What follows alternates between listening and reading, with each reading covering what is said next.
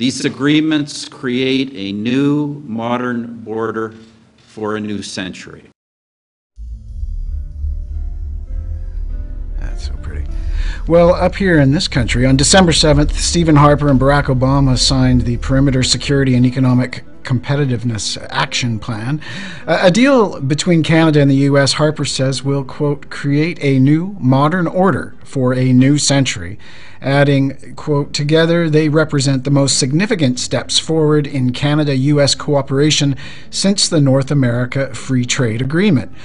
Stephen Harper may think NAFTA a step forward for Canada, but for millions on both sides of the 49th who stood helplessly by as good jobs left the country flying to foreign parts due to these corporate agreements, the prospect of further forward motion into Harper's vision of a new modern order is less welcome.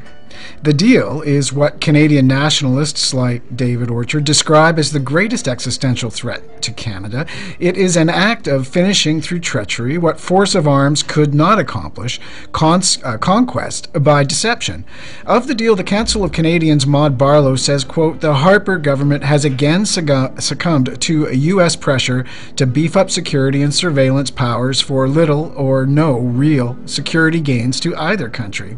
As we suspected, perimeter security just means that the U.S. Department of Homeland Security will set most of the terms for greater information sharing, the use of no-fly lists, and joint policing of the border and beyond.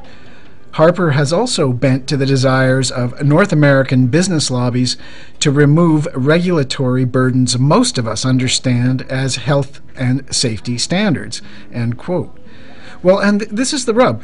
Using fear and insecurity, the traditional tools of blackguards and bullies, the disingenuous PM and his imperial master plan to use this false promise to allow the corporate hordes, first and foremost in the form of agribusiness giants, to prise open the nation's farms and fields to genetically engineered monstrosities, aptly foods, while exposing our grocery store shelves to dairy products bastardized by growth hormones known to cause disease and hasten death.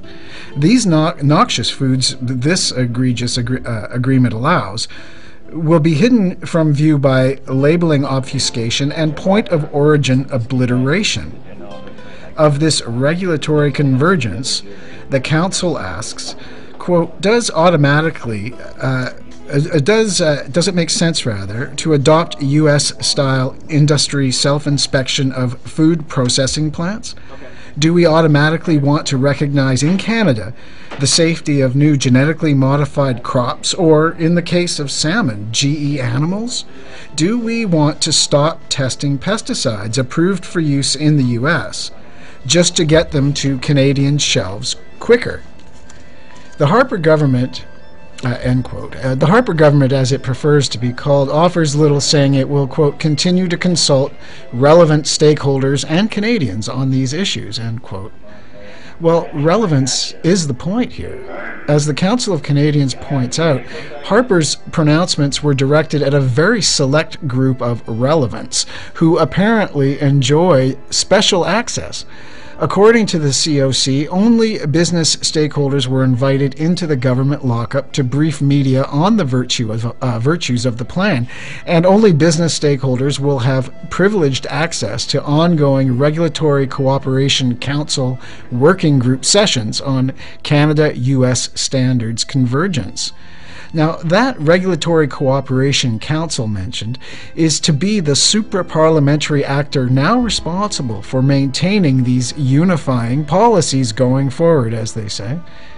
Now, that's what I call harmonious. Now, a little bit more from Frida.